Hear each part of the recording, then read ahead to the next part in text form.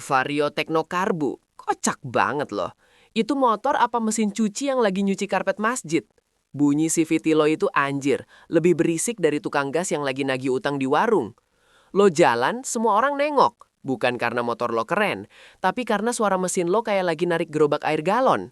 Desain, kotak banget, kayak kotak amal yang dikasih stiker tribal. Motor lo nih, kalau pagi mau nyala, mesti diengkol kayak lagi mancing ikan di empang. Starter elektrik gak guna, mending lo siapin kaki buat nendang. Gak usah sok-sokan ngebut, Bor. Lo itu motor paling cocok buat properti film FTV atau buat kurir yang lagi kirim paket JNE. Mending lo parkir di museum.